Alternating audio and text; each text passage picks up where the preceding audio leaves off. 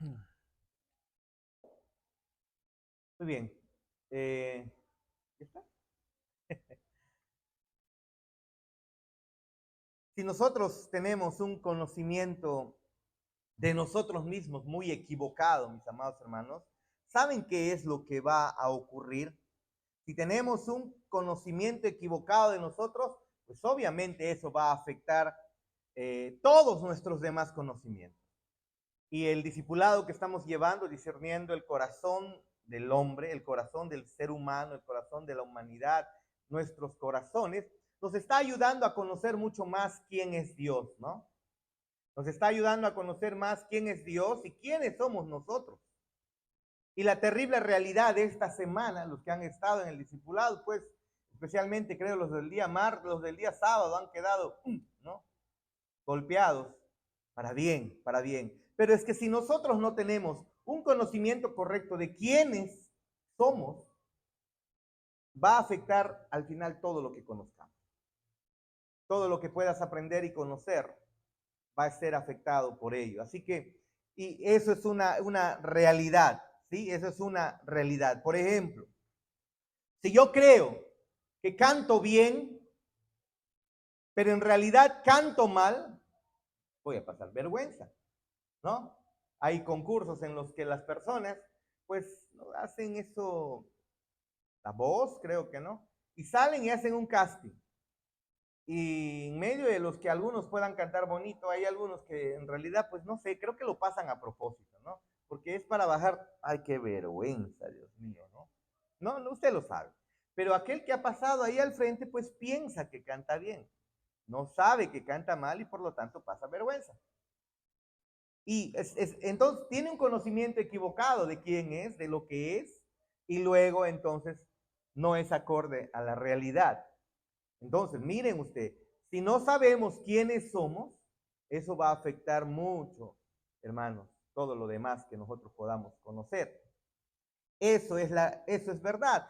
Yo siempre he comentado que los adolescentes como que viven una vida egocéntrica, ¿no? Y como viven de manera egocéntrica, ellos caminan y piensan que todo el mundo les ve. Especialmente eso comienza a ocurrir desde, los, desde el primer año de secundaria, ¿no? Primero, segundo, tercero, cuarto, quinto, y no saben, cuando pasan a través de chicas o chicos, no saben ni cómo voy a caminar, ¿no? Y están mirándose el espejo, el peinadito ¿no? Usted sabe a lo que me refiero. Piensan que todo el mundo los está mirando cuando eso no es así. Y, y viven pues una vida, en vez de vivir una vida tranquila, feliz, relajada, disfrutando de las amistades, vienen una vida medio cohibidas, ¿no? Y justamente en esas etapas es donde comienza también pues la bulimia, la anorexia, ¿no? El buscar el físico y todas esas cosas, ¿no? Que no está mal el cuidar el físico, pero llega un punto en el que se hace eso hasta patológico. En fin, pero no es el asunto. Pero si se dan cuenta, si nosotros no tenemos un conocimiento real, verdadero, un conocimiento correcto de lo que somos nosotros, si más bien el conocimiento de lo que somos nosotros es equivocado, eso va a afectar todo lo demás. Eso es la realidad. Aunque hoy en día no se discute, no se va a discutir, no está en discusión, que la autocomprensión básica es necesaria, ¿no? Para el resto de toda nuestra comprensión de la realidad. Lo que se discute hoy en día más bien es de dónde viene la verdadera autocomprensión, es decir, de dónde se obtiene ello. Por lo tanto, pues muchos razonan y piensan, esto es lo que yo soy en base a sus emociones, sus sentimientos, en base a cosas subjetivas. Y no es así. No es así. Por ejemplo, miren un ejemplo más. Tú te miras al espejo y tú a través de los espejos tú puedes ver una realidad, lo que tú eres. El espejo te ayuda a eso. ¿No es así? Eso es cierto. Pero ese espejo que puede funcionar como una norma objetiva, no te va a hablar acerca de los demás, de las cosas internas de las demás personas, incluso las tuyas. A pesar de que puedas tener ojos para poder ver, ¿no? Una balanza, te subes a una balanza, y si la balanza está en libras y no está en gramos, por más que tengas ojos y por más que tengas una báscula, una balanza que mide objetivamente, ¿no? el peso, la masa. ¿Qué es? ¿Peso o masa? La masa de un cuerpo.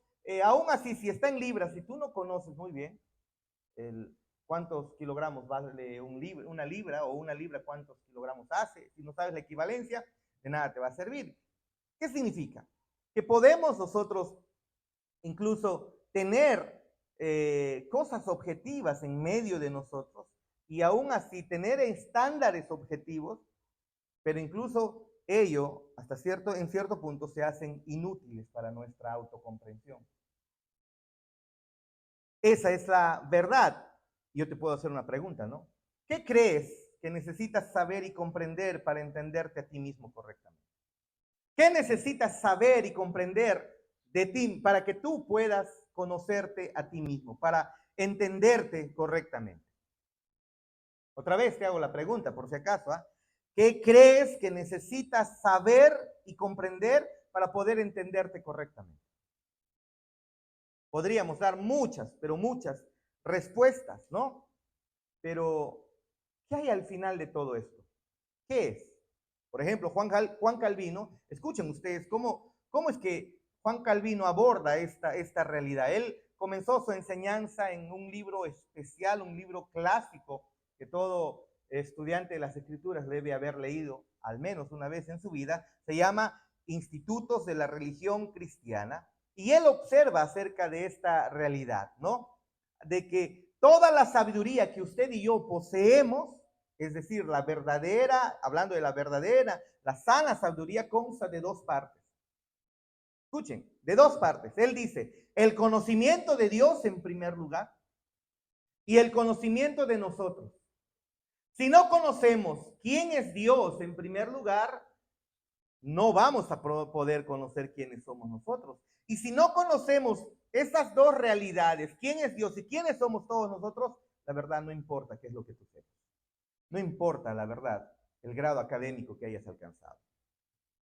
No importa qué tan inteligente eres o qué tan rico o qué tan adinerado eres. Si no hay una comprensión correcta de quién es Dios y quién eres tú, entonces todo lo demás es vano. Aunque, ¿no?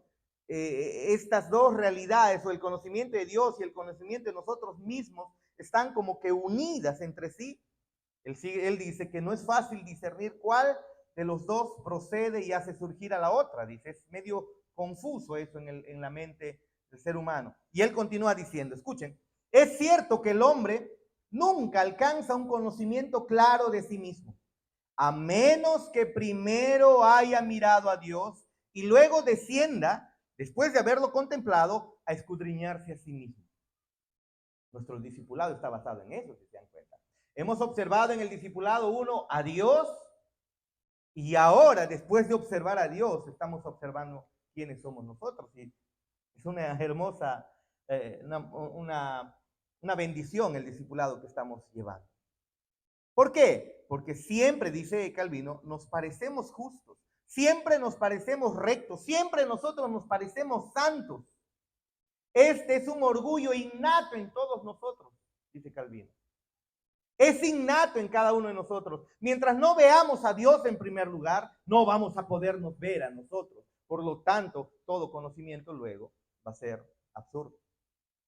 Sigue diciendo, a menos que por pruebas claras estemos convencidos de nuestra propia injusticia, de nuestra propia suciedad, necedad e impureza, no estamos convencidos de esto si nos miramos solamente a nosotros mismos, sino debemos mirar al Señor, quien es el único estándar por el cual este juicio debe ser medido. Necesitamos conocer quién es Dios para que podamos entender quiénes somos nosotros. De ahí parte el verdadero conocimiento. Una vez más, déjame repetir. Si tú no entiendes quién es Dios, no entiendes quién eres tú delante de Él, quiénes somos en realidad, todo lo que hayas ganado, todo lo que eres, toda la soberbia en realidad que puedas tener, será comida por la polilla, como cuando la polilla se come, como cuando el comején se come la madera. Así de fácil, así de rápido. No sirve para nada. En la exposición entonces de los reflejos, yo le estoy llamando reflejos de Marcos. Estamos yendo y hemos expuesto el año pasado el Evangelio de Marcos completamente. Y ahora pues estamos saltando de textos que no hemos visto, historias, enseñanzas de Cristo que no hemos visto en el Evangelio de Marcos y hoy en la noche. Entonces llegamos a Mateo, por favor, capítulo 11, versículo 1 al 19. Y aquí en Mateo, en el capítulo 11, versículo 1 al 19, que vamos a leer, vemos uno de los religiosos más radicales y más famosos del mundo. Uno de los religiosos más radicales y más famosos del mundo, pues parece que él comienza a quebrantar su corazón en medio de la duda. O comienza a disolverse esa espiritualidad en medio de la duda. ¿Sí? ¿Quién es esto? Permítame primero hablar un poquito, contarles un poquito el contexto aquí de Mateo 11, versículo 1 al 19. Ahí téngalo usted, márquelo por favor. Juan el Bautista había sido encarcelado, mis amados hermanos. Él había sido encarcelado hace un tiempo ya atrás, de este texto hace un tiempo más atrás. Él había hablado verdaderamente con certeza acerca del Mesías. Juan conocía al Mesías, lo reconoció al Mesías, pero en los relatos que nosotros ahora vamos a ver cómo es que incluso el mismísimo Juan el Bautista, su conocimiento de quién es el Mesías es imperfecto. Y es imperfecto desde el principio incluso. Es que Dios le había, sabemos por los evangelios, que el Señor, nuestro Dios, le había revelado a Juan que Él era el Mesías, que Jesús era el Mesías. ¿Quién era el Mesías? Él lo sabía. Lo señaló, ¿se acuerdan ustedes? He ahí el Cordero de Dios que quita el pecado del mundo, dijo. Pero lo que no le había revelado nuestro Dios a Juan es todo lo que el Mesías iba a enseñar. Eso no se lo había revelado. No le había revelado que pasaría 3 años enseñando a sus discípulos y lo que él había venido a hacer exactamente en ese momento. Él no lo sabía. Juan el Bautista no lo sabía. ¿Recuerdas incluso cuando Juan el Bautista tiene su primera interacción ahí con Jesús y él comienza a predicar, pero y luego se acerca Jesús y lo reconoce, ¿no es así? Y cuando viene para ser bautizado, Juan en Mateo 3:14 dice, yo necesito ser bautizado por ti, le dice. ¿Y tú vienes a mí? Pero Jesús le respondió que eso debe ocurrir ahora, porque así conviene que cumplamos toda justicia, le dice el Señor Jesús. Entonces, si te das cuenta, Juan le permite, acepta estas palabras, pero Juan no estaba entendiendo que el Mesías había venido para identificarse con los pecadores. El Hijo de Dios había venido en esa primera venida para identificarse con aquellos a quienes iba él a salvar, con los pecadores. O por ejemplo, Mateo 4, 9, 14, cuando los seguidores de Juan vienen y le preguntaron a Jesús, ¿no? ¿Por qué no ayunas como nosotros? Los discípulos le preguntan, tus discípulos no están ayunando, tú no ayunas, ¿por qué no haces eso? ¿Se dan cuenta? Ellos eran discípulos de Juan. Había reconocido Juan a Jesús quién era, pero no entendían todo acerca de Jesús. El Dios encarnado había venido en un momento de la historia, en ese momento de la historia, había venido para propósitos específicos. Y aunque Juan lo había reconocido, lo había señalado, él es el verbo de Dios, Juan mismo no entendía quién era por completo Jesús, ¿no? ¿Por qué? Tal vez a usted le parece medio como que estamos circulando y no se entiende mucho. El asunto es como al inicio dijimos, si no entiendes quién es Jesús, si no hay una comprensión de quién es Él, no va a haber una comprensión de quiénes somos nosotros. Y entonces nuestro conocimiento no va a ser correcto. De cualquier cosa al final. Puedes saber mucho de ciencia, pero al final de cuentas eso no te va a salvar. Y si aquí siempre decimos a los jóvenes, estudien, si es posible, vayan hasta, si tienen que viajar a la luna, viajen a la luna, si pueden hacerlo, lleguen hasta lo más alto académicamente. Nos gusta, usted lo sabe, nos gusta lo académico, que las personas puedan conocer, entender, Pero mucho más nos agrada que puedan conocer quién es Dios, que podamos conocer entonces quiénes somos nosotros. ¿No es así? Eso es. Así que vamos a leer Mateo, por favor. Mateo 11, versículo 1, por favor, en adelante. ¿Sí? Dice lo siguiente. Cuando Jesús terminó de dar instrucciones a sus 12 discípulos, se fue de allí a enseñar y a predicar en las ciudades de ellos. Y al oír Juan en la cárcel los hechos de Cristo, le envió 2 de sus discípulos para preguntarle, miren, este que había reconocido a Jesús como, ¿cómo dices?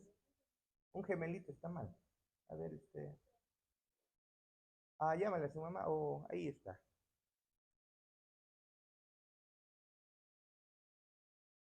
Ya. Okay, ahí le van llámale a su mamita, que venga de una vez. Ajá.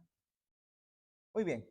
Entonces, sigamos, versículo 2. Al oír Juan en la cárcel los hechos de Cristo, le envió 2 de sus discípulos para preguntarle, ¿eres tú aquel que había de venir o esperaremos a otro?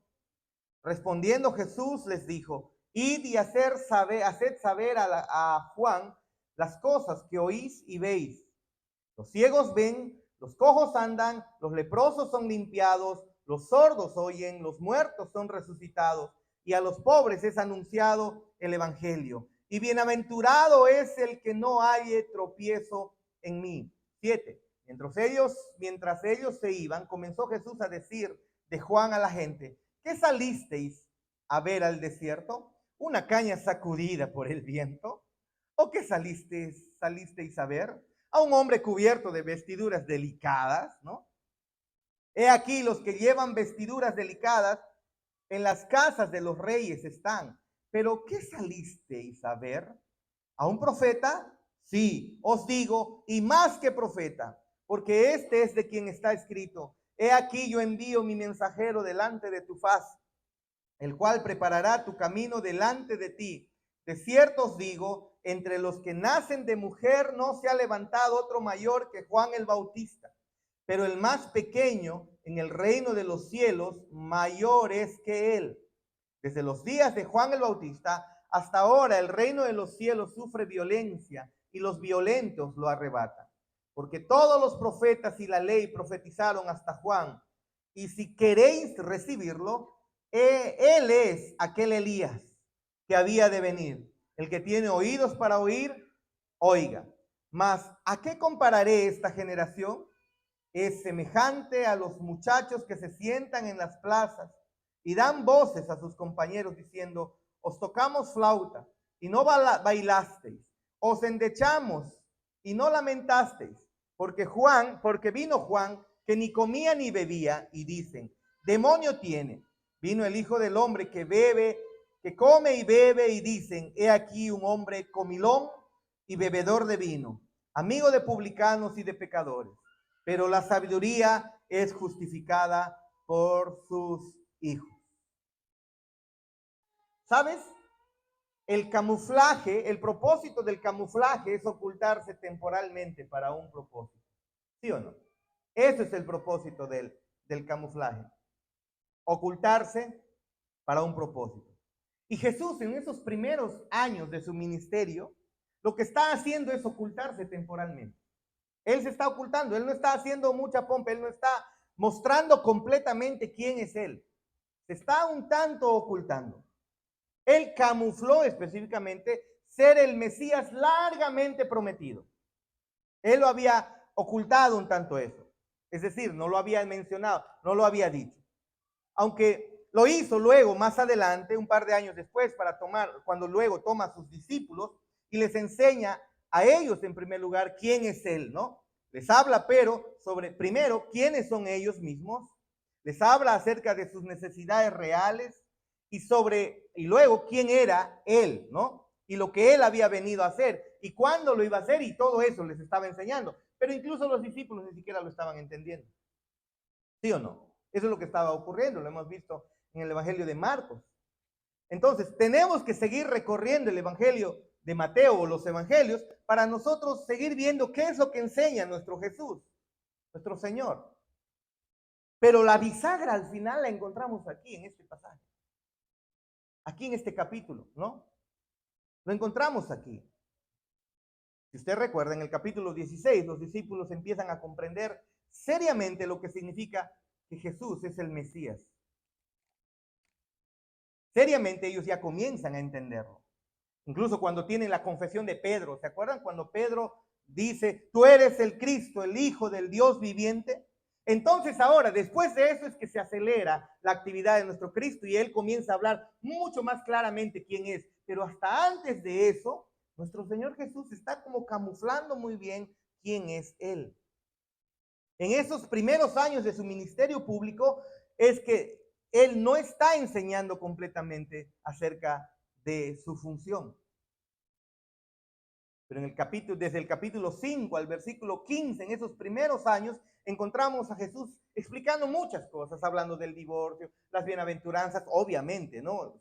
Está dando enseñanzas fundamentales, preciosas, ¿no?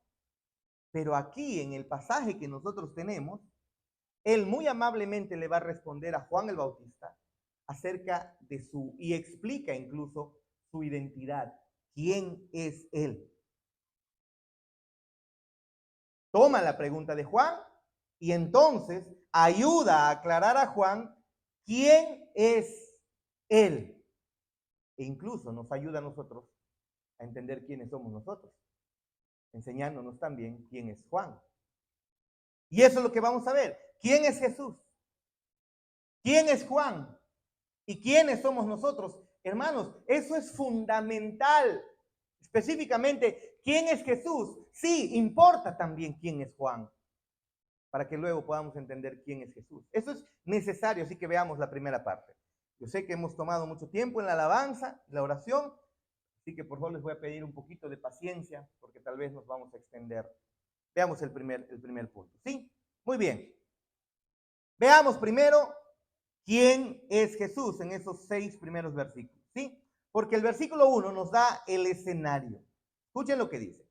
¿Qué es lo que está ocurriendo? Jesús está, o leamos, cuando Jesús terminó de dar instrucciones a sus 12 discípulos, se fue de allí a enseñar y a predicar en las ciudades de ellos. ¿Sí? Jesús siguió enseñando, Jesús siguió predicando. Eso es necesario que podamos entender. Porque muchos piensan que Jesús vino como un milagrero a hacer milagros, milagros, milagros, milagros y milagros, y su ministerio era como los que hay en estos tiempos, ¿no? Hoy, noche de milagros, ven, campaña evangelística, hoy vas a recibir tu milagro. Eso no hacía Jesús. Él principalmente lo que hacía era enseñar. Claro que hizo milagros como parte del cumplimiento de las profecías que anunciaban que el Mesías haría esos milagros. No porque su ministerio necesitaba en sí que se haga milagros. Solo era cumplir las profecías del Antiguo Testamento. El Mesías haría esto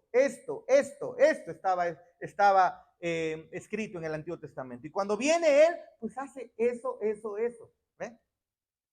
No era que Él quería hacer milagros, ¿no? Campañas evangelísticas, ven, recibe tu milagro. Esa no era la intención de nuestro Señor Jesús, por favor. Una vez más, es necesario repetirlo por si acaso, por si acaso. Así que Jesús está haciendo eso. Eso es lo que Jesús constantemente está haciendo. Enseñar. En su ministerio terrenal Él está enseñando. Él va predicando y va enseñando una y otra vez. Eso es lo que Él está haciendo, recuerden. Vino a instruir, vino a exhortar. Ahora, te preguntas, entonces, ahora te das cuenta, creo, que no es raro encontrar que las iglesias bíblicas sanas, correctas, no perfectas, sino correctas, temerosas del Señor, lo que hacen generalmente es enseñar. Principalmente mi ministerio no es ir de casa en casa a estar orando por enfermos. Aunque eso lo podemos hacer y lo hemos hecho y lo seguiremos haciendo. Pero fundamentalmente es predicar, enseñar, instruir, exhortar, ¿no? Es lo que hacemos aquí cuando nos reunimos. No hacemos danzas. ¿En qué parte de las escrituras dice que tengamos que hacer eso en el templo? David danzaba, vean ustedes dónde, no era en el templo. Cuando David, ni siquiera había templo cuando David estaba. No había ni siquiera templo. Vamos, Joshua, ¿cuándo es que se construye el templo?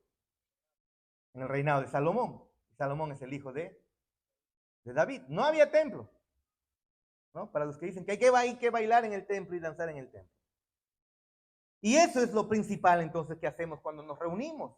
Enseñamos. Ese es el ministerio al cual Jesús se entregó, a la proclamación del mensaje, a la proclamación de las enseñanzas.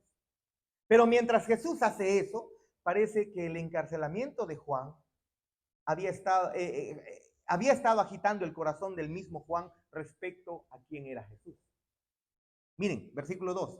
Y al oír Juan en la cárcel los hechos de Cristo, le envió 2 de sus discípulos para preguntarle, ¿eres tú aquel que había de venir o esperamos ahora? ¿Eres tú? Como que él comienza a rascarse la barbilla, como que la duda le entra, ¿no? Entra un tanto la duda. Y lo está haciendo aquí Juan el Bautista. Ya veremos quién es Juan el Bautista. ¿Y qué es lo que pasa? Juan tenía preguntas acerca de Jesús y entonces le dice a sus discípulos que vayan y pregunten, ¿no? Él estaba en prisión, él no podía ir, él había sido encarcelado. Hemos visto en Marcos lo que ocurrió con él y por qué había sido encarcelado, ¿no? Y entonces, ahora, estas preguntas no se habían despertado porque Juan había perdido la vista a Jesús. ¿Dónde está Jesús? ¿Qué es de Jesús? Anda, investigue. No, no fue por eso, sino exactamente porque parece que él estaba bien al tanto del ministerio de Jesús. Y entonces, al ver su ministerio de Jesús activo, él hace esta pregunta. Entonces, ¿es el Mesías? ¿Es el enviado? ¿Es quien teníamos que estar esperando? Él estaba muy informado de quién es Cristo. Es más, sus discípulos lo estaban informando constantemente. Pero vean ustedes, el ministerio de Juan el Bautista se había enfocado en el juicio venidero y en el arrepentimiento presente. Él abre Mateo, o en el Evangelio de Mateo, él entra, ¿no? Juan el Bautista preparando los caminos de Cristo y dice, arrepentíos porque el reino de los cielos se ha acercado. ¿Cuál era el enfoque del ministerio de Juan el Bautista? El juicio venidero y el arrepentimiento presente. Y entonces él entiende que Jesús tiene que estar haciendo eso, predicar el juicio venidero y que se arrepientan, pero con juicio, predicándoles el juicio. Eso es lo que Juan está pensando. Eso era el énfasis de Juan cuando fue bautizado, cuando llegó a bautizar a Jesús. Ahí en Mateo 4, ¿no? Pero miren ustedes, Jesús se entera de que Juan había sido encarcelado. A ver, revisemos por favor Mateo 4, vayamos por favor. Le he dicho que me va a tener un poquito de paciencia porque aquí hay muchísimas cosas que me gustaría que veamos, por favor.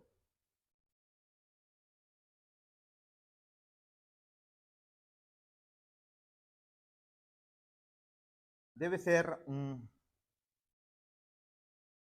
No.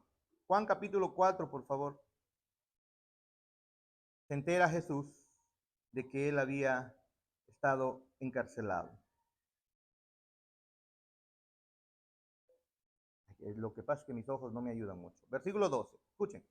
Cuando Jesús oyó que Juan estaba preso, volvió a Galilea. Espérate un momento ahí.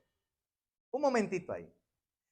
Juan el Bautista, quien lo había bautizado, quien había dicho, ese es el verbo de Dios, el verbo de Dios que quita el pecado del mundo. ¿No? Incluso su primo. Jesús se entera de que Juan está preso. Usted sabe ya que lo habían encarcelado, ¿no? En las fortalezas del Mar Muerto, por ahí lo habían llevado. Lo que hace Jesús es que se retira a Galilea. Hoy medio malo es él, ¿no? Porque si eres el Hijo de Dios, el Todopoderoso, y ves a tu primo, tu profeta, el que está preparando tu camino, que está preso, ¿qué es lo que tú tendrías que hacer con él? Vamos, ¿qué es lo que harías? No solo visitarlo, sacarlo de la cárcel. Jesús no hace eso. Ve, está preso. Y pum, se va por otro lado. Increíble, ¿no? ¿Por qué? Él quiere tiempo para enseñar a sus discípulos. Vean ustedes. Su ministerio estaba centrada en la enseñanza. En eso está centrado. En ello. ¿Cómo se aprende Hermana Margarita, leyes. Tiene alguien que enseñarte, mostrarte, señalarte, evidencia, libros, textos, derecho civil, penal, no sé qué más habrá. Debe derecho civil, penal, córner, no sé qué más hay. Tiro libre. Pero se aprende cuando te están enseñando, Y la ley de Dios se aprende enseñando. Enseñando. Y luego, cuando avanzamos en Lucas capítulo 9, versículo 14, Jesús es interrogado por los discípulos de Juan el Bautista acerca del ayuno, ¿no? Y entonces vemos ahí las previas de la confusión aquí de Juan el Bautista. Las previas de la confusión para que luego envíe a sus discípulos a preguntar, ¿será Jesús? ¿Es Jesús el Mesías? ¿Es Jesús el enviado? ¿Es Jesús él? ¿Quién es? ¿Es él o no es él? Pregúntenle, por favor. Y nos damos cuenta que Juan el Bautista no había entendido para nada entonces, o no había entendido completamente la misión de Jesús, que la misión de Jesús incluía, primero, como Mesías, identificarse con los pecadores a través de una confesión pública de pecado, ahí con el bautismo. Jesús no se bautiza por pecador, Jesús se bautiza como identificación con el hombre. Identificarse con el pecado. Y eso es lo que Cristo había venido a hacer. Eso es lo que Cristo había venido a hacer, de entre las muchas otras cosas, ¿no? Pero que están entrelazadas, muchas, las unas con las otras. Ahora, si tú no eres creyente, si tú no eres hijo de Dios y has venido el día de hoy, necesitas tú entender y creer estas cosas, estas verdades que se está enseñando acerca de Jesús. Porque si no la entiendes, no vas a tener una visión completa, una visión real de lo que debe ser tu vida. Mientras no tengas la comprensión de quién es Cristo, la visión de tu vida va a estar nublada, va a estar equivocada. Tomes la carrera que tomes, trabajes donde trabajes, seas una persona muy importante, no, nada. No necesitas en primer lugar tener una comprensión de quién es Cristo. ¿Sí? Eso es lo que en primer lugar se necesita. Pero veamos, por favor, entonces en el versículo 3, avanzando, porque ahí vemos que Juan envía una pregunta simple, ¿no? ¿Eres tú el que ha de venir o vamos a buscar a otro? Juan estaba ¿en qué? En duda, hermano. Ahora, hermanos, yo sé que no debemos dudar. No estoy haciendo una apología de la duda. Pero, hermanos, como creyentes debemos reconocer que muchas veces dudamos. Y no significa por ello que no seas creyente. Dudamos. Esa es la verdad. Eso es lo que está ocurriendo. Entonces Juan parece que se pregunta, ¿dónde está el juicio en el ministerio de Jesús? ¿Dónde está el juicio? Se supone, yo anuncio el camino, comienzo a preparar el camino para el Mesías y predico, el juicio de Dios se acerca, arrepiéntanse. Viene Jesús y no está haciendo eso. No está predicando acerca del juicio. Más bien lo que Juan está escuchando de Jesús es todo dulzura, misericordia. ¿No? Eso es lo que está escuchando. La fama de Jesús se está extendiendo, está avanzando, y entonces él está preguntándose, medio extraño es esto. Ya debe haber juicio. Porque recuerden que tenían una idea equivocada, una idea distorsionada de qué es lo que haría el Mesías cuando vendría. Ellos veían al Mesías como un líder político, militar, que se sentaría en el trono de David y entonces levantaría un ejército y a todos los pueblos de alrededor, para ese entonces el Imperio Romano, pues quedarían subyugados ahora a Israel. Y entonces Israel se vengaría de todos sus enemigos y Israel sería levantada muy en alto y ya no sería esclavizado. Esa era la idea de Mesías que ellos tenían, que Dios vendría con su Mesías a juzgar a los demás pueblos, cuando no sabían que incluso el mismo pueblo necesitaba ser juzgado. Eso es, necesitamos entender todas esas cosas. Ahora, entra la duda y seguramente pues porque estaba en prisión. Estoy en prisión y esto no está avanzando. No, esto no está saliendo como yo estoy pensando. ¿Por qué seguía en prisión Juan el Bautista? Si el Mesías está aquí, seguramente él se pregunta, si él está aquí, ya lo bauticé, ya comenzó su ministerio, ¿por qué yo estoy preso? ¿No se supone que el Mesías tiene que estar haciendo justicia? No se supone que el Mesías tiene que estar resolviendo todas estas cosas. Seguramente es lo que él estaba pensando en la cárcel. ¿Qué está pasando? Vean ustedes por qué él va y manda a preguntar. ¿Eres tú entonces o tenemos que esperar a otro? Creo que lo podemos ver, ¿no? Pero esto es mucho más interesante cuando te das cuenta que es Juan el Bautista quien bautiza a Jesús, hermano. ¿No?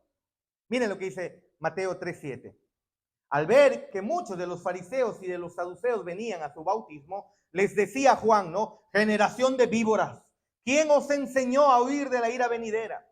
Haced pues frutos dignos de arrepentimiento y no penséis decir dentro de vosotros mismos, a Abraham tenemos por padre, porque yo os digo que Dios puede levantar hijos a Abraham aún de estas piedras.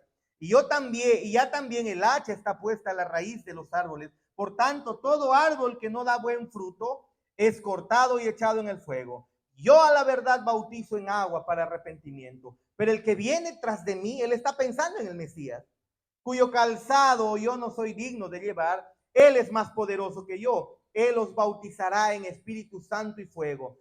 Su aventador está en su mano y limpiará su era y recogerá su trigo en el granero y quemará la paja en fuego que nunca se apagará.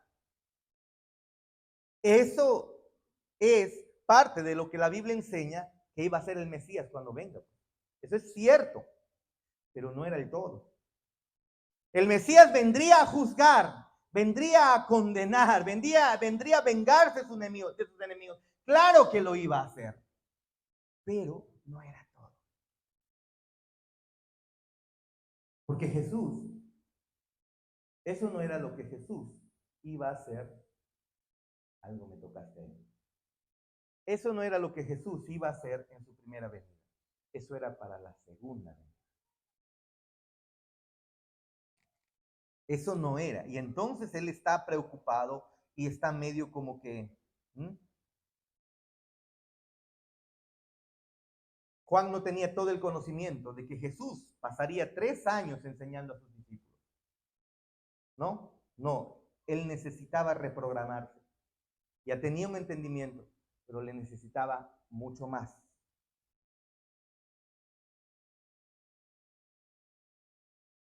Incluso, ¿se acuerdan en Lucas 4?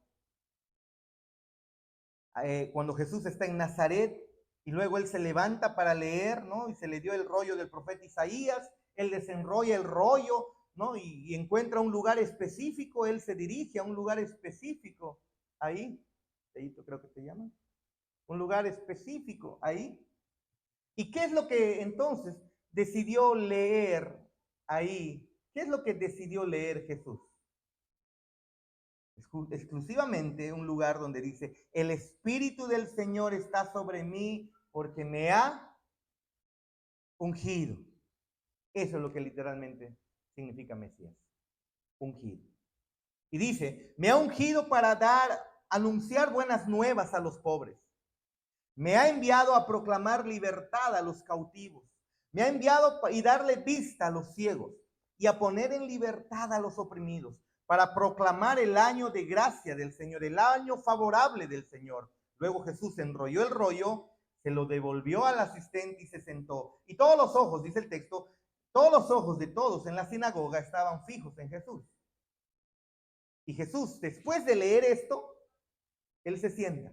Pero ¿sabes qué es lo interesante? Porque cuando vamos a Isaías 61, es ese texto que él había encontrado. No vayas a Isaías 61, yo te lo voy a leer porque estamos intentando avanzar rápido, ¿sí? Escuchen lo que es el mismo texto que Jesús se levanta y va a leer. Escuchen lo que dice Isaías 61:1. El Espíritu de Jehová, el Señor, está sobre mí, porque me ungió Jehová, me ha enviado a predicar buenas nuevas a los abatidos, a vendar a los quebrantados de corazón y a publicar libertad a los cautivos y a los presos apertura de la cárcel, a proclamar el año de la buena voluntad de Jehová. Y Jesús lee ese pedacito hasta ahí y se sienta. Y no continúa. Allí se detuvo y cierra el rollo y se sienta. Eso es interesante, hermanos. Porque el texto de Isaías 61 no termina ahí, pero cuando Jesús lee, solamente lee hasta ese pedazo y se siente. Sigamos leyendo lo que Isaías continúa diciendo. Y el día de venganza del Dios nuestro. Ah, eso no lo dijo, ¿no? Solo dijo, el Espíritu del Señor está en mí. Hay un paréntesis, hay mucho por decir aquí. Creo que nos vamos a quedar hasta medianoche. Hay mucho aquí. Porque este texto lo usan en estos tiempos los predicadores falsos, ¿no? Los falsos maestros. Y leen, el Espíritu del Señor está sobre mí y me ha ungido. Este texto es exclusivamente para Cristo, no para mí. Yo no puedo coger este texto y decir, el Espíritu del Señor está sobre mí para dar libertad. Me ha enviado a predicar buenas nuevas a los abatidos. Aunque me ha enviado a predicar su evangelio, este texto se refiere a Cristo. A vendar a los quebrantados de corazón, a publicar libertad a los cautivos, a los presos apertura de la cárcel, a proclamar el año de buena voluntad de Jehová. Aunque yo debo hacer todas esas cosas, esa es una profecía para el Mesías. Y Jesús se detuvo, cierra y entonces se sienta. Pero lo que continúa diciendo el texto es, y el día de venganza del Dios nuestro. Y no leyó esa línea Jesús porque no era lo que Jesús había venido a hacer en esa primera vez. El Mesías vendría en dos oportunidades. Y en esa primera vez, Él vino a proclamar libertad, a sanar, a libertad. No a sanar en el sentido de sanidades, sino en el Antiguo Testamento la sanidad implicaba la sanidad del alma, del espíritu, de resucitar a las personas que estaban espiritualmente muertos, de la lepra espiritual que estaba en ellos, a resucitarlos de la muerte espiritual. Es decir, la primera vez Jesús vino a salvar. ¿Se dan cuenta?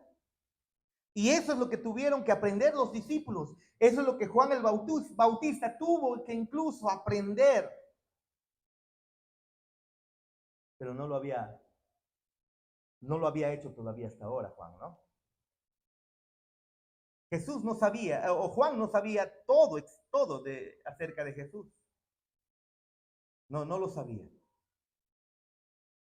Y en los versículos 4, volviendo a Mateo, por favor, dice, versículo 4 al 6, vemos la respuesta de Jesús a Juan y a sus discípulos. Respondiendo Jesús les dijo, id y haced saber a Juan todas las cosas que oís y veis. Es decir, vayan y díganle a Juan estas cosas que están ocurriendo. Escuchen, los ciegos ven, los cojos andan, los leprosos son limpiados, los sordos oyen, los muertos son resucitados y a los pobres es anunciado el evangelio. Y bienaventurado el que no halle tropiezo en mí. Háganselo saber. Están los ciegos viendo, los cojos están caminando, ¿no es así? Los leprosos son limpiados. Ahora, esto es muy importante, porque estos milagros estaban profetizados en el Antiguo Testamento. Esos milagros solamente los podía hacer Jesús, nadie más. Nadie más.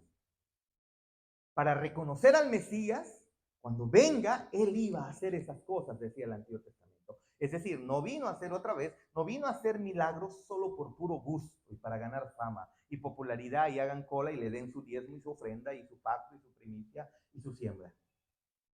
No vino para eso. Era específico, era el cumplimiento del Antiguo Testamento. Así que el hecho de que Jesús respondiera de esa manera, juntándolos todo como en una lista, esto estoy haciendo, es como un resumen de de muchos de los pasajes del Antiguo Testamento que mostraban esto haría el Mesías. Entonces Juan, al conocer el Antiguo Testamento, reconocería, él está haciendo esto, entonces él es Eureka, diría, aunque de repente no conocía esa palabra en ese momento, ¿no? Él es. Eso iba a sacudir la memoria de Juan en medio de su duda, porque él meditaría en esto. Eso era lo que estaba anunciado en el Antiguo Testamento. El Mesías haría estas cosas. ¿Qué cosa? Los ciegos ven, ¿no? Ahora, es necesario recordar esto. Muéstrame un pasaje del Antiguo Testamento donde se haya hecho un milagro de recobrar la vista? Vamos, no había. No había. Muéstrame en estos tiempos alguien que haya orado por alguien y de verdad se haya recuperado la vista. Así, de verdad, ciego total, incluso en nacimiento, y ahora vea en HD 4K, full 4K. Nadie. No, pastor, sí hay en el África. Ay, si veríamos las locuras que hacen por ahí, ¿no? Incluso disfrazándose de enfermos y luego cobrándole al predicador y viajando de campaña en campaña, el mismo enfermo sanándose de cosas raras, ¿no? O resucitando el mismo muerto incluso. A ver, ¿has visto eso en el Antiguo Testamento? O en el Nuevo Testamento, ¿no? Aparte de Jesús, que estén haciendo estas cosas, que les estén dando vista a los ciegos. Lo haces en tu casa. Porque este era un milagro especial del Mesías. Y ahora están viendo a Jesús hacer eso.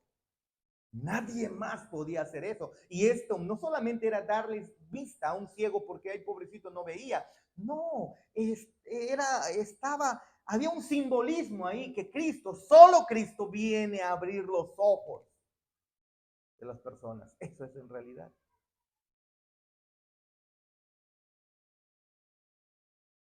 En el capítulo 9 Jesús ya había hecho caminar a un cojo, ¿no?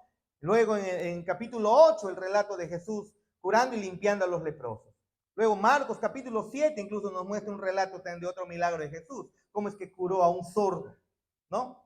Luego el hijo de una viuda que resucita de los muertos, en fin, todo eso está ocurriendo. Entonces Jesús le hace un resumen, mira lo que está ocurriendo, Juan, recuerda esto, que en el Antiguo Testamento estaba profetizado, que solamente el Mesías haría eso. Entonces, Juan, queda en ti con toda la evidencia. ¿Soy o no soy?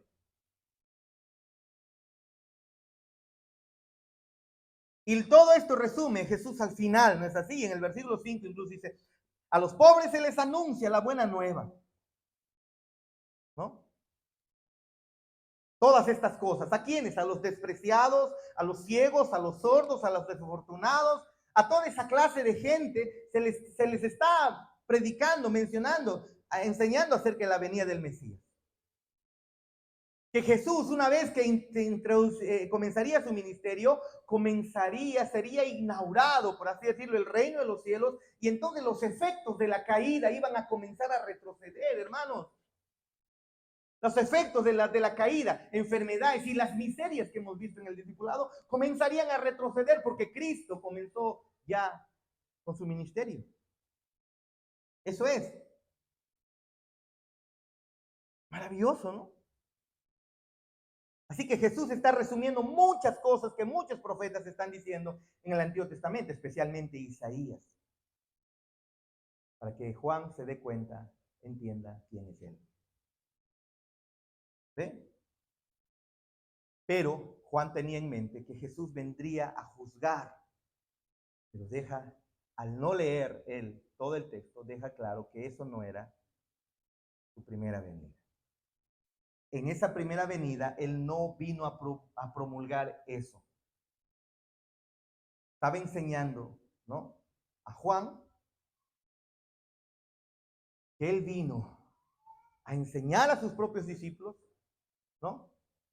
Que él vino en su primera venida a salvar, pero en una segunda venida él vendrá a condenar. Eso es.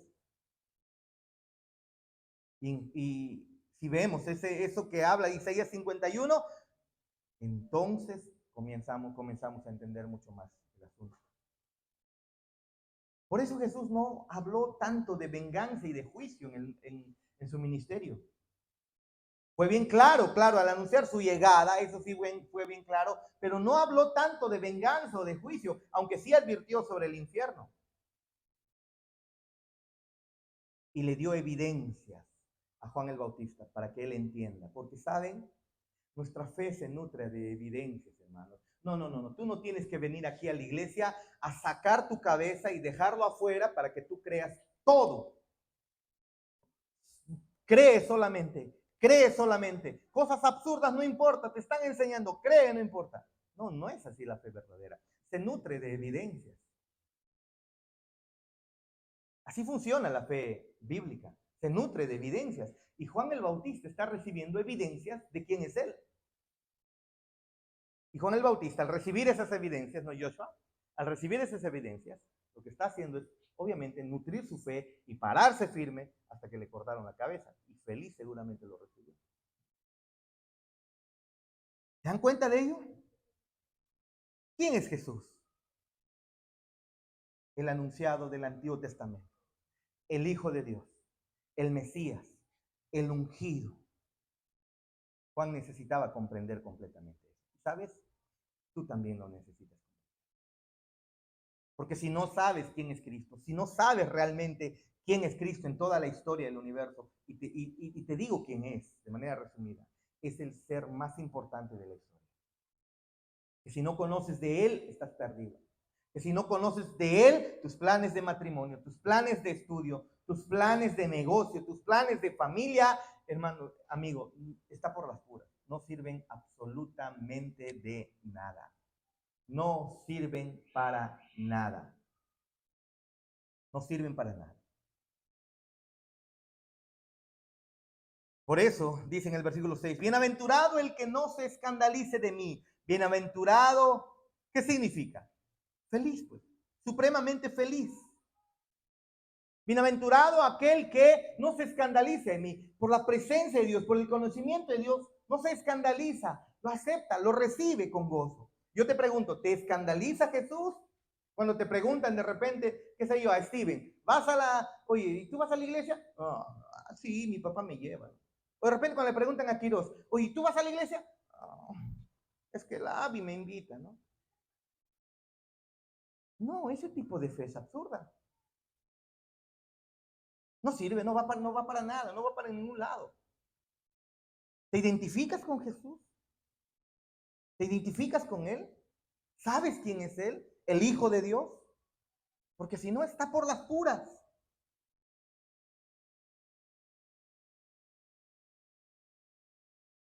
Bueno, Jesús es el Hijo de Dios, necesitas conocerlo. Y en esta iglesia se enseña. Hay discipulados donde conocemos incluso mucho más de Él. Pero pasemos rápido, por favor. Pasemos rápido. ¿Quién es Juan, pero? Versículo 7 nos va a ayudar un poco. Mientras ellos se iban, comenzó Jesús a decir de Juan a la gente, ¿qué salisteis a ver al desierto? Es como que cuando te vas de paseo, ¿no? Vamos a Disney. ¿Y qué saliste a ver a Disney? ¿Qué saliste a ver a Disneyland? ¿Qué saliste a ver? ¿Qué saliste a ver? ¿Mm? Eh, ¿Qué sería? ¿Unas hojas ahí del parque temático? ¿Eso saliste a ver? ¿No? ¿Saliste a ver el boleto de entrada? Más o menos así, mire. Mientras se iban, Jesús comenzó a decir de Juan a la gente, ¿qué salisteis a ver al desierto? ¿Unas cañas sacudidas por el viento? No creo. ¿O qué salisteis a ver? ¿A un hombre cubierto de vestiduras delicadas? ¿No? ¿Qué? ¿No? He aquí, los que llevan vestiduras delicadas en las casas de los reyes están. Pero ¿qué salisteis a ver? Está hablando de Juan, ¿ah? A un profeta, y él dice, sí. Y os digo, y más que un profeta, porque este es de quien está escrito. De Juan el Bautista también se había escrito en el Antiguo Testamento.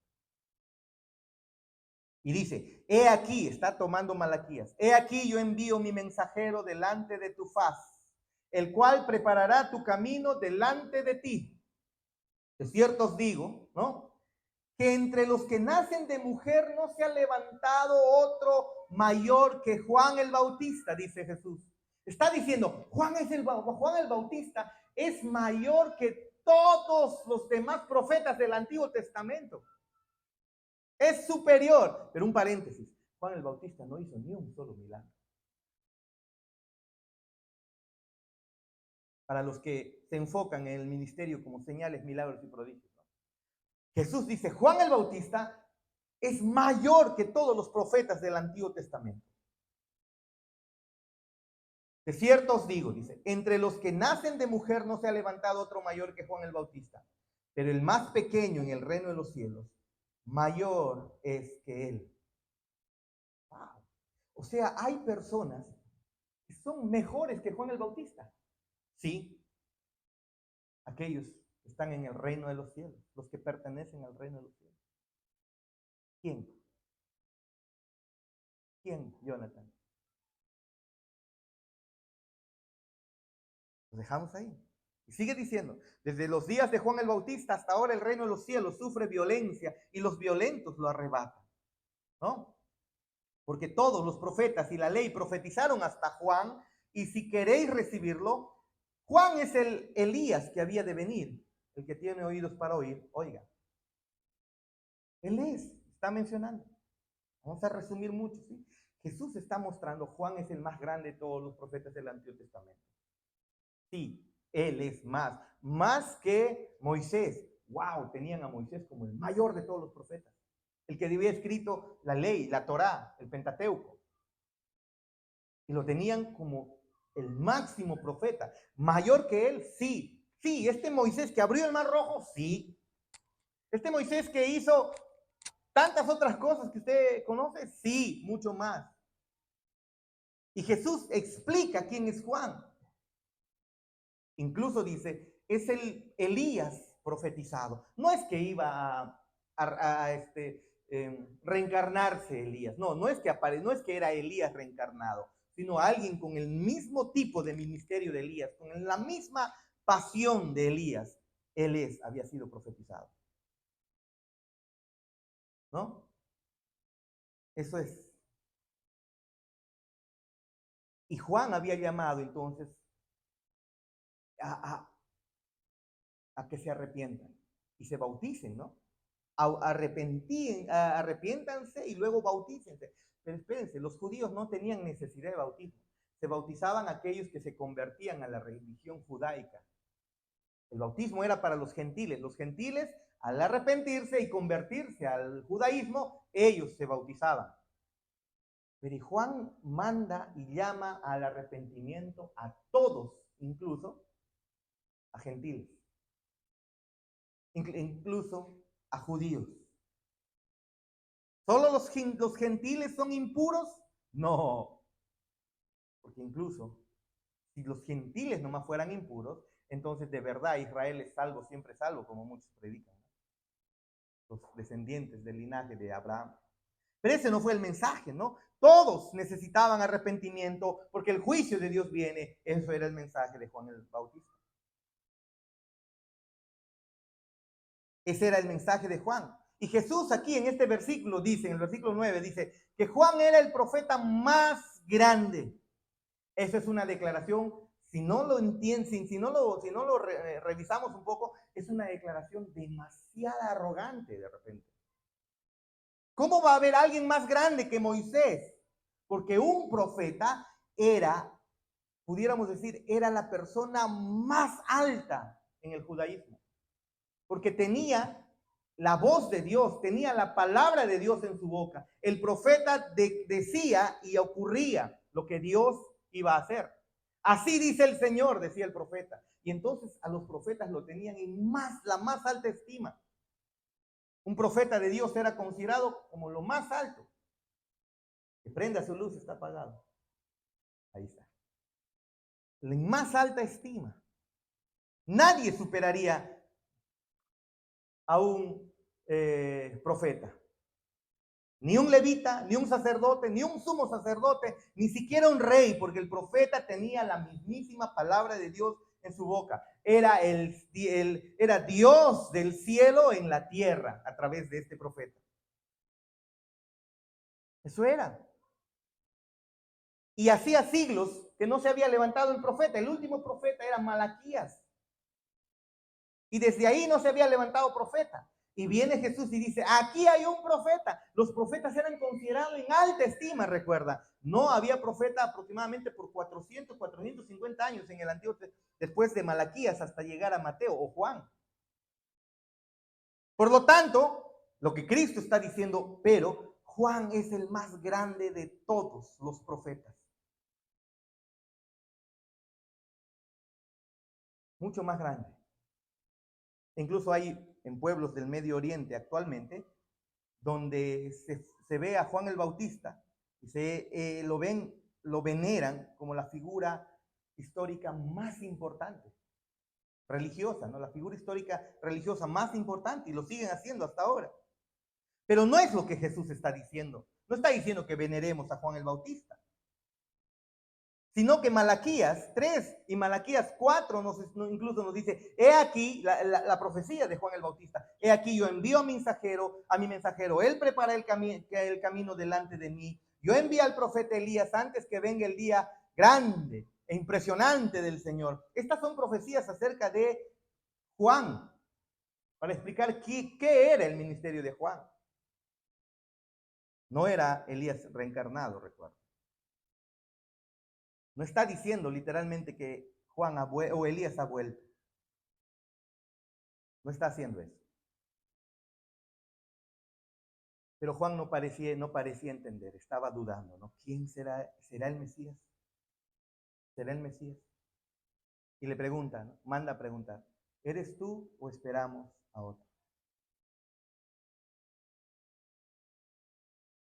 Pero Jesús incluso continúa diciendo, pero el más pequeño en el reino de los cielos es más grande que él. A ver, te pregunto, entonces, ¿Charles Spurgeon es más grande que Juan el Bautista? ¿R.C. Sproul es más grande que Juan el Bautista? Jorge Guevara es más grande, Rodríguez es más grande, el pastor Jorge Rodríguez es más grande que Juan el Bautista. John MacArthur es más grande que Juan el Bautista. Menciona a tus predicadores favoritos, vamos. Juan Calvino es más grande que Juan el Bautista. ¿Qué dices tú? Jarvis es, bueno, Dios mío. ¿Jarvis es más grande que Juan el Bautista? La respuesta que Jesús da es sí. Y es impresionante esto. Eso es lo que Jesús está enseñando. Más grande que todos aquellos, los más grandes del Antiguo Testamento, no son tan grandes como Juan el Bautista. Pero los más pequeños en el reino de los cielos, como José Coronel, es más grande que Juan el Bautista. ¿Y por qué? ¿Debido a qué? Necesitamos entender eso. Recuerden, Juan el Bautista predica, pero predica la entrada del Mesías, el anuncio de la entrada del Mesías. E incluso ve como profeta, ve al Mesías. ¿Qué profeta del Antiguo Testamento hizo eso? Nadie, absolutamente nadie. Pero Juan el Bautista no llegó a participar mucho de ese tiempo. Lo mataron al final. De esa era, él no la disfrutó mucho. Cuando el ministerio de Jesús inicia, ¿no? Pero ahora nosotros estamos en la era post-Cristo, primera venida de Cristo. ¿Ve? Juan el Bautista no llegó a proclamar, el Mesías murió en la cruz por tus pecados, no llegó a decir eso. Ese privilegio lo tenemos nosotros, con una comprensión mucho más clara de quién es Jesús. Y claro que somos pequeños en el reino de los cielos. ¿Y por qué somos grandes? No estoy queriendo llamarte a decirte saca el potencial de ti, ¿no? No estoy haciendo eso. Si eres grande, es porque ahora el gran Salvador, ya nos ha anunciado su mensaje. Y estamos en mejores privilegios, mucho más que los profetas del Antiguo Testamento, mucho más que Juan el Bautista, porque su gracia es predicada a la luz de lo que él ya ha revelado completamente aquí, y lo puedes entender mejor, y lo puedes abrazar, y lo puedes cobijar, hermano. Te puedes abrazar fielmente en eso, en medio de tus fallas, entiendes que Dios vino justamente por pecadores, por aquellos que fallan a Dios. Y esa es la posición más privilegiada de todas. Anunciar ahora el gobierno del reino de Dios, el gobierno de Dios, pero ya del Cristo resucitado. ¿Se dan cuenta? Eso no lo llegó a hacer Juan el Bautista.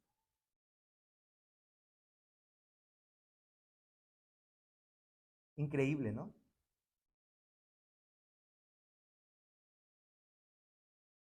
Tenemos la gran oportunidad de predicarle a la gente que hay un Salvador. Tenemos esa hermoso privilegio de poder, en mi caso, pararme aquí y predicarles acerca de Jesús. Eso no hizo Juan el Bautista. Tienes el hermoso privilegio de hablarle en tu casa a tus hijos, a tus hermanos, a tus vecinos en la universidad acerca de Cristo como Señor, como Salvador. Eso no lo hizo Juan el Bautista. No lo hizo.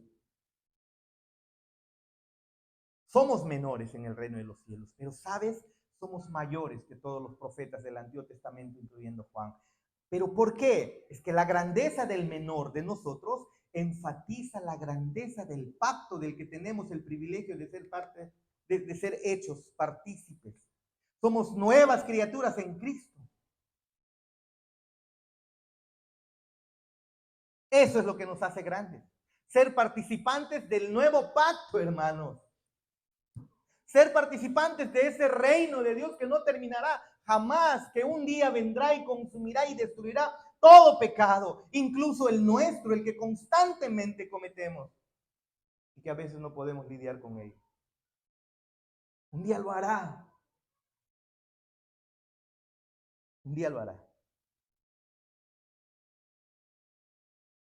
En esta ciudad enloquecida por todas las drogas, el alcohol, con chicos que quieren solo chicas y chicas que solo quieren chicos, cerveza y alcohol y homosexualismo y divorcios y todas esas cosas, hermanos, plagado con todas esas cosas que el Señor detesta. Tenemos el hermoso privilegio de compartir las buenas nuevas de Jesucristo para salvación de las almas. ¿Sí o no, hermano? Eso es mucho mejor que graduarte de la universidad. Eso es mucho mejor que un ascenso en tu trabajo. Eso es mucho mejor que el príncipe azul venga y entonces, ay, me caso con este príncipe. Eso es mucho mejor que tener hijos si tanto lo deseas. Eso es mucho mejor que tener familia. Eso es mucho mejor que tener dinero, que realizarte como persona. Más que casa, más que dinero, más que amor, más que hijos. Es mucho mejor la encomienda de proclamar el evangelio de Jesucristo, hermano. El más grande en el reino, el más pequeño en el reino de los cielos es el más grande. Te aseguro que tienes lo mejor ahora. ¿Qué buscas? ¿Qué quieres? ¿Qué deseas? ¿Qué es lo que te mueve en la vida? ¿Sanarte de una enfermedad? No, ya tienes lo mejor. Y claro que Dios sana. Y sana y sigue sanando y lo ha hecho en la iglesia y lo va a seguir haciendo. ¿Te das cuenta por qué no tenemos que preocuparnos por enfermedades? En última instancia, por enfermedades, por guerras, por recesiones, por baja economía. No tenemos que preocuparnos por eso, porque hay algo mucho más hermoso, la proclamación del evangelio, del cual debemos preocuparnos. Estamos confiados y seguros eternamente en las manos de Cristo. Que venga la recesión, que vengan enfermedades, podríamos morir triturados por una trituradora de carne vivos. Y no importa, te das cuenta, porque tenemos el mensaje para proclamar, que es lo más importante de tu mismísima vida. ¿Qué privilegio hemos heredado? ¿Estás compartiendo ese mensaje? ¿O ni siquiera eres el más pequeño en el reino de los cielos? El más pequeño en el reino de los cielos está hablando de todos los que han creído en Cristo, ¿te das cuenta? Aquellos que predican el mensaje. No aquellos que lideran a muchos para sentirse grandes. Qué hermosa noticia el cual el Señor nos ha llamado a predicar. Pero terminemos. Hay mucho por hablar, terminemos. La última pregunta, ¿quiénes somos nosotros? Versículo 16. Mas ¿a qué compararé esta generación? Es semejante a los muchachos que se sientan en las plazas y dan voces a sus compañeros diciendo, os tocamos flauta y no bailasteis, os endechamos y no lamentasteis, porque vino Juan que ni comía ni bebía y dicen, demonio tiene. Vino el Hijo del Hombre que come y bebe y dicen, he aquí un hombre comilón y bebedor de vino, amigo de publicanos y de pecadores, pero la sabiduría es justificada por sus hijos, por sus obras. Jesús está contrastando a dos personas que están hablando, ¿no? Aquí de Juan y de él mismo. Unos, o él se refiere a sí mismo como el Hijo de Dios, el Hijo del Hombre. Bueno, de eso hemos visto de Daniel 7, ¿no? ¿Te acuerdas? Que se le presenta incluso en Isaías como el siervo sufriente, el humano sufriente. Ese es Jesús, ¿no es así? Eso es lo que enseñó. Y era necesario que Jesús se haga hombre. ¿Por qué? Porque para nuestra justificación, para nuestra santificación o para nuestra redención, era necesario que sea pagado nuestros pecados a través de un hombre, un representante nuestro. Y Cristo es Hijo de Dios, hombre, que vino a morir por nosotros. Vino por esos recaudadores de impuestos, comilones y bebedores, como tú y como yo. No vino por santos, vino por pecadores. La pregunta es, ¿eres tú uno de los pecadores? ¿Te reconoces como malo delante de Dios? ¿Te reconoces como inmundo delante de Dios? Eso es fundamental que reconozcas. Eso es lo que hemos visto en el discipulado en esta semana. Si no has estado, revísalo. En el video que se va a subir o en el audio que ya he enviado. Revísalo. Eso es lo que somos. Delante de Dios. Nada. Y nos ha invitado a proclamar su mensaje y a vivir para la gloria de su nombre. Pero qué increíble, para muchos esta historia les cansa, les aburre. Ay, de Cristo nomás se predica. Ay, que la salvación nomás. Ay, que solamente cantan de salvación. Yo quiero que canten danzas, ¿no? Corderito yo saltaré o de, no sé yo qué otras cosas. Cuando en realidad el énfasis debe estar en Cristo. El Hijo de Dios crucificado en la cruz por tu pecado, porque eso es lo que tú eres. ¿Quiénes somos? Viles pecadores que necesitamos de la gracia. Eso es lo que somos. Eso es lo que somos.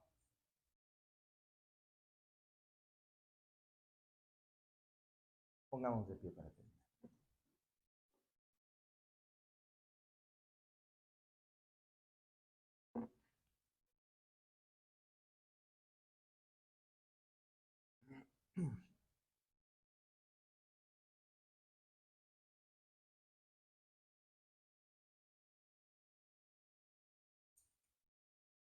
Bendito Padre Santo,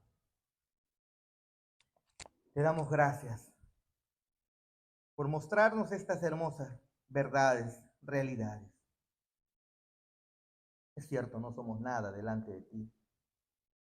Lo único que sabemos hacer bien es pecar. Tenemos doctorados en pecado. Lo hacemos muy bien. Lo ocultamos muy bien incluso de los demás. Pero en tu palabra encontramos una hermosa esperanza. Que tú has venido por pecadores, por aquellos que reconocen su pecado, por aquellos que saben que no son dignos de tu misericordia y de tu amor. Te pedimos en esta noche, por favor, que puedas abrir mucho más los ojos nuestros y los ojos de aquellos que aún no te conocen, para que te vean a ti, oh Cristo, como lo más importante, la necesidad suprema de sus almas, que corran a ti en arrepentimiento y fe para adorarte, que encuentren en ti, oh Cristo, el sentido de la vida. Que, Señor, se disipe toda esperanza que hayan puesto en estudios, en dinero, en personas. Que se disipe por completo al ver la gloria tuya, oh Cristo. Que has venido y te has hecho hombre, has besado el polvo de la tierra para entregarnos salvación, para regalarnos tu perdón, para llevar nuestros pecados cuando en realidad éramos nosotros los que debíamos pagar eternamente. Abre nuestros ojos, abre los ojos más de los que han venido en esta noche. Te lo pedimos, oh Padre Santo. y que veamos el hermoso privilegio de estar de este lado de tu cruz, siendo enseñados en tu palabra, conociendo mucho más quién eres tú. Oh Cordero de Dios sin mancha, que pusiste tu vida por aquellos de nosotros que ensuciamos cada caminar, cada segundo de nuestras vidas se ensucia de pecado. Que tu cruz sea nuestro norte, que tu cruz sea nuestro sur, que sea nuestra guía en medio de este transitar todavía. Ayúdanos, Señor, a no enfocarnos en las circunstancias, sino en que lo mejor está por venir. La presencia contigo ganada por tu precioso sacrificio. Gracias te damos por llevar nuestros pecados. Salva en esta noche a aquellos que no te conocen. Y a los tuyos, fortalécelos mucho más en el nombre de Jesús. Bendiciones, campeones.